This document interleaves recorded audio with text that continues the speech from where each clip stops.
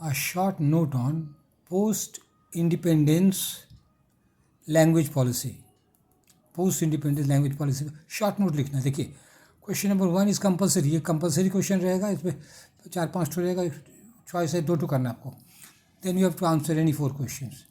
तो इसमें ऐसा 2 क्वेश्चन रहेगा शॉर्ट नोट्स वाला. 10-10 मार्क्स का. 10 + 10 20 मार्क्स का.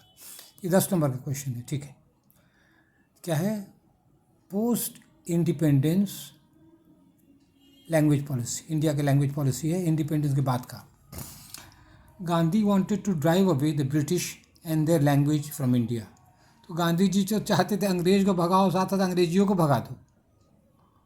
On the 15th of August the British left India but English language has remained. लेकिन 15 अगस्त 1900 था.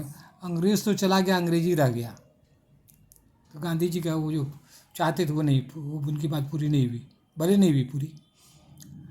Nehru at the all India education conference at the All India Educational Conference 1948, एक साल बाद independence के, expressed the language policy of free India.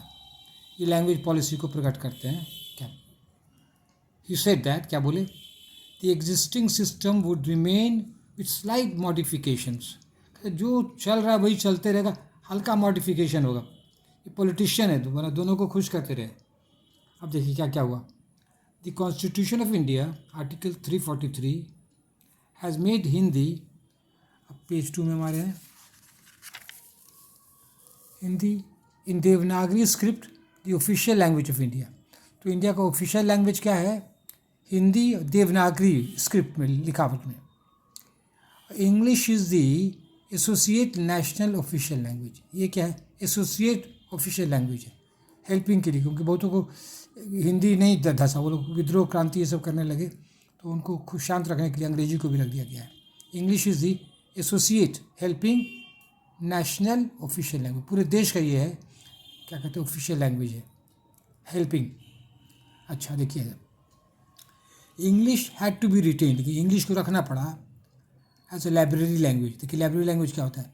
Passive language through which we can get information. कहता है इसको काम में नहीं भी लाइए, बोलिए बाजिए नहीं, लेकिन वक़्त पढ़ने पर और जाकर आप इंफॉर्मेशन ले सकते हैं.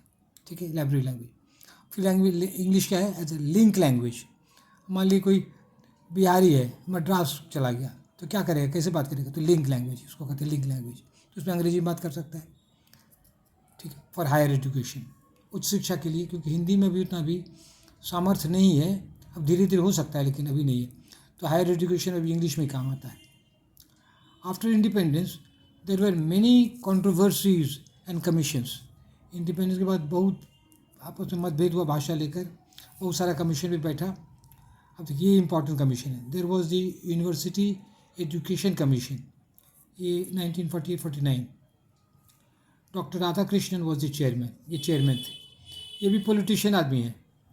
ही argued for the replacement of English with an Indian language. ये क्या चाहते थे कि इंग्लिश को हटा के कोई इंडियन लैंग्वेज दो. अब किस पर ये अभी इसमें चुप्पी है. at the same time he wanted to keep English so that वो एक इंडियन भाषा चाहते थे और अंग्रेजी भी चाहते थे. he wanted to keep English so that India could keep in touch with the ever growing knowledge of the West. क्या चाहते थे? इंग्लिश को रखे ताकि इंडिया टच में रहे ever growing knowledge of the world. दुनिया का जो ज्ञान है उसको धरे रखने के लिए, उसको समझने के लिए इंग्लिश चाहिए. तो राधा कृष्णन क्या चाहते थे? अंग्रेज़ी भी रहे और कोई इंडियन लैंग्वेज भी रहे. पॉलिटिशियन है ये. The Indians are aware of the value of English. Indians जो हैं अंग्रेजी के महत्व को समझते हैं. English medium schools with tall buildings are spreading in towns, villages and cities of our country. लेकिन जो जनता जो है वो इंग्लिश के महत्व को समझती है. इसी देखिएगा बिल्डिंग एकदम इंग्लिश मीडियम स्कूल का बिल्डिंग गांव में भी हो गया है, शहर में है, टाउन में है. ठीक है. With the knowledge of English Indians are getting good job, good salary and Prestige.